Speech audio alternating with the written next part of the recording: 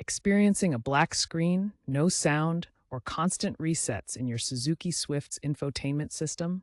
You're not alone. These issues, common in 2017 and later models, often stem from software glitches, hardware malfunctions, or even simple user errors.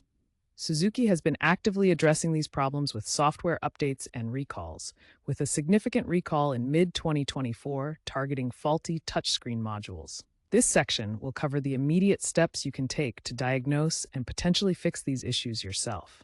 Remember to always back up your data before attempting any resets. For a hard reset, press and hold the power button for 10 to 15 seconds to force a reboot. This clears temporary memory and can resolve freezing issues. Check for software updates by connecting to Wi-Fi. Over-the-air updates often fix bugs and improve stability. Inspect fuses and wiring related to the audio system.